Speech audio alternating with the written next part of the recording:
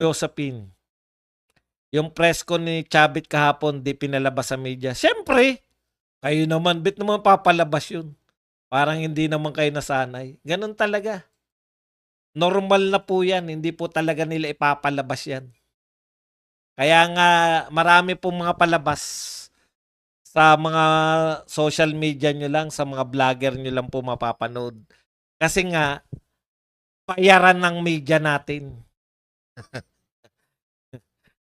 Nagtataka pa kayo. Paulit-ulit ka ba doong nabayaran? Talaga naman eh. Basa.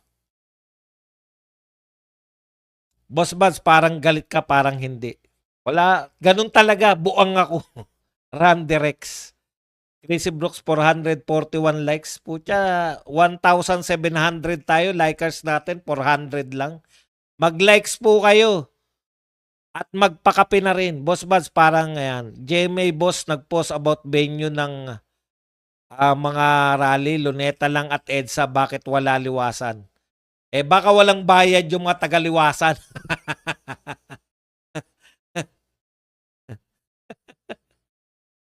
Huwag kayo masyado nagtataka.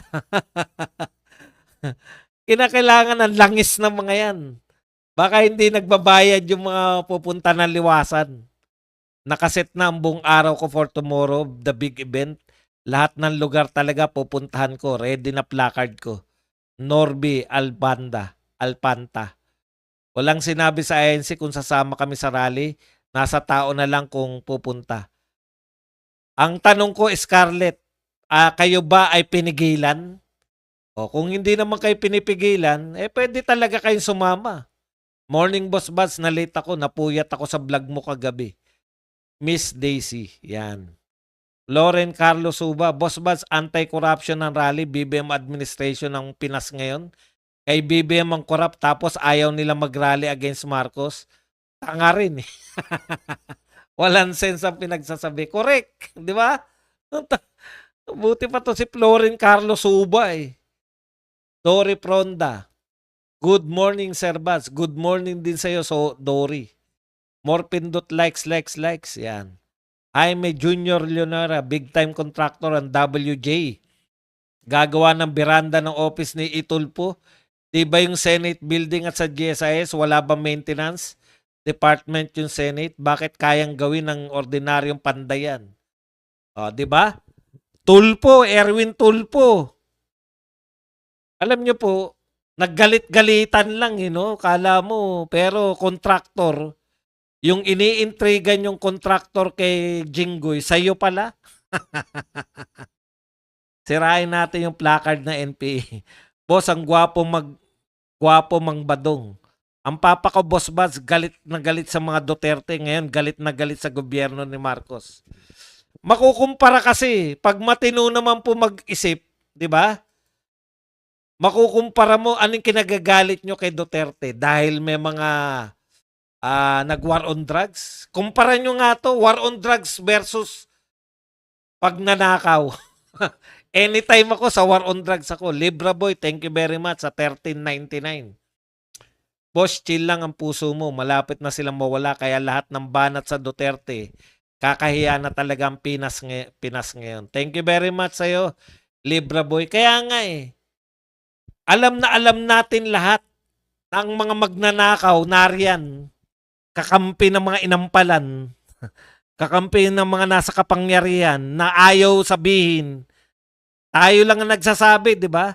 Ang may control ng budget, yan yung mga puno, yan yung mga mastermind, yung may control ng budget. Sino ba may control ng budget? Sinabi na po ni BP Sara yan. Ang may control ng budget ng Pilipinas, walang iba kundi si Martin at saka si Saldico. Buking si Tulpo. Correct. Naggalit-galitan. Pucha. Sabi ni Lacson, wala siyang sasantuhin. Bakit di umabot sa Marcos Country ang kanyang investigasyon? Susunod, Quezon City. Susunod yung mga wala. Kung saan may kaaway si Ontiveros. Si Ontiveros na nagpapasya eh. Hindi nila alam Sunod-sunuran sila kay Ontiveros eh. Paayag po ba kayo sa suwestyon ni Manong Chavit na wag munang pumasok ang mga bata? Hindi po ako payag dun nung kinuksyon ng wag pumasok ang bata. Pumasok kayo para makapag-rally. Ano kayo may maaya kung hindi kayo papasok? Hayaan niyo yung mga tao ron sa eskwelahan. Boss, ngayon hindi drug war kundi I love drugs. Yan.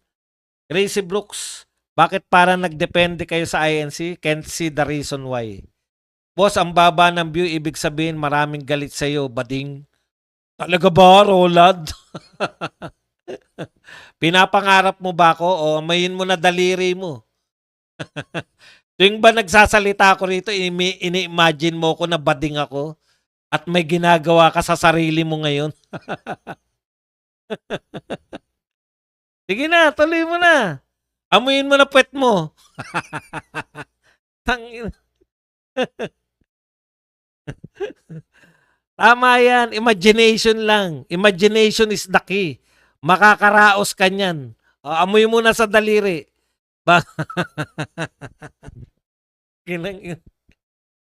Ang tanda ko na po, pinagnanasahan mo pa ako.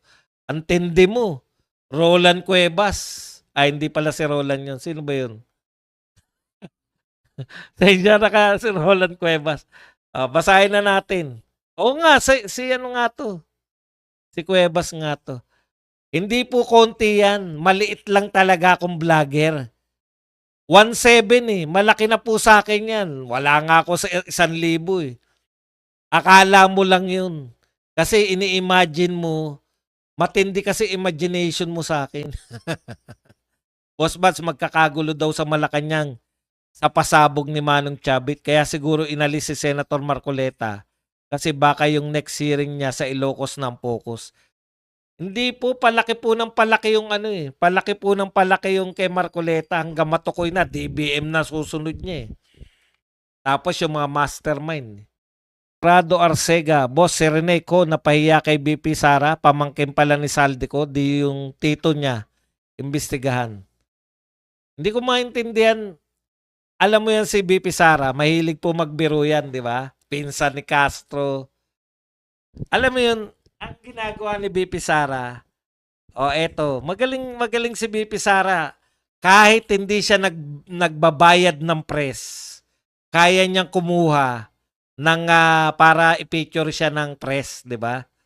Alam nga namang, yung mga press, kita mo si Marcoleta, walang nagpipicture. Parang wala lang sa ano yung mga press eh. Kaya may sarili si Marcoleta na saganang mamamayan. Tapos, kaya nalalaman ng lahat yung mga sinasabi ni Marcoleta. Kasi nga, ini-echo ng mga vlogger na katulad namin. Kaya nakakarating sa inyo. Pero kung media lang, naku po, walang nagko-cover kay Marcoleta. Ganyan kagaling si BP Sara. Kahit ayaw ng media na i-cover siya, wala silang magagawa. Kasi lahat i-cover si BP Sara eh. Magaling siya maglaro ng words. BBS Las Vegas, sinabi ko na ba noong tinanggal na si Senator Marcoleta, mababaw na lang ang mahuli ni Lacson. Hanggang DPWH at contractor lang. Sap-sap lang nga at saka botete ang pinatunguhan. Nagtiyaga sa mga dalawang sinungaling. Ito kaya sabi ni Marcoleta, pinagtiyagaan yung dalawang sinungaling. Naniniwala ka ba na may insertion din si Soto dahil sa palihim na inalok siya ni Cabral? Ako po, ang paniniwala ko po, hindi po insertion eh. Bahagi po yung si Soto, kaya po siya Senate President. Yan po ang papel niya.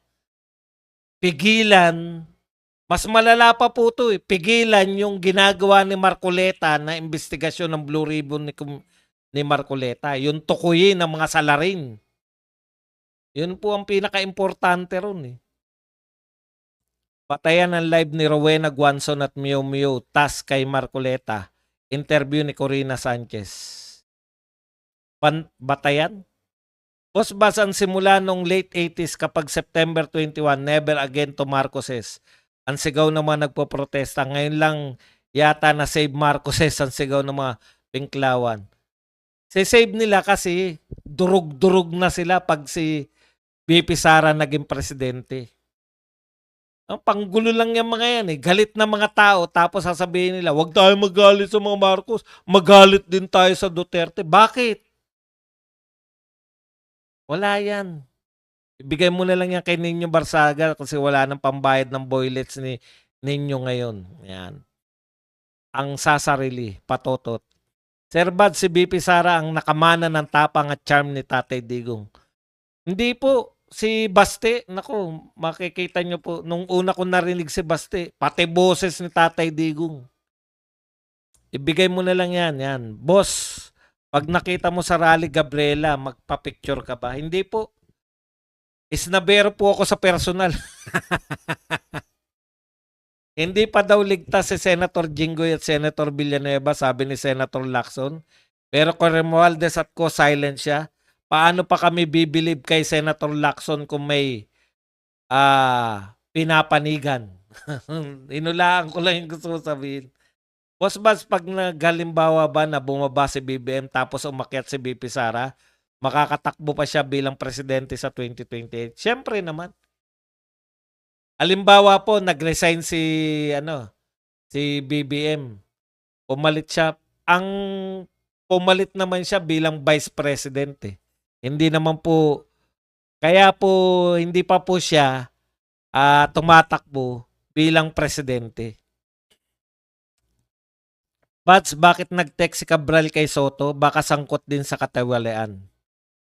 Ang pinapakita rito ni Marcoleta, sa ano pa lang po, sa gawa pa lang po ng NEP, may katiwalian na. Iyan po eh.